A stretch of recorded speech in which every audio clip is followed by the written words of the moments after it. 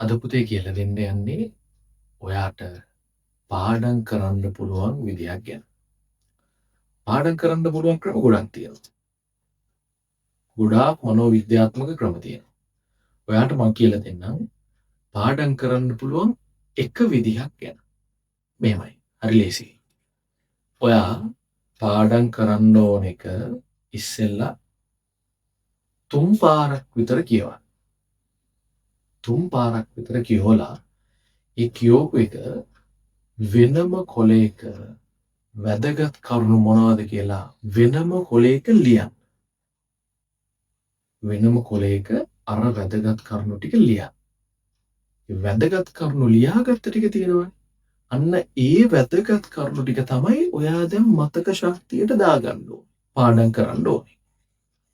ඉස්සෙල්ලාම 3 පාරක් විතර ඔයාට පාඩම් කරන්න ඕන එක කියෙව්වා.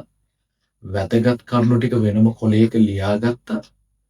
ඒ ලියාගත්ත ටික දැන් මතක් කරගන්න පාඩම් කරගන්න. පාඩම් කරගත්තා. හොඳට ඔළුවට දාගත්තා මේකයි කියලා. හැබැයි වැඩේ ඉවර නෑ.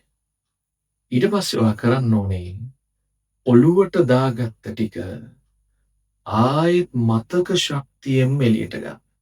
ඔයා කියවන්න. මෙන්න මේක තමයි අපි කතා කරේ. මෙන්න මේ ප්‍රභා සංශ්ලේෂණයට අවශ්‍ය දේවල් මේවා.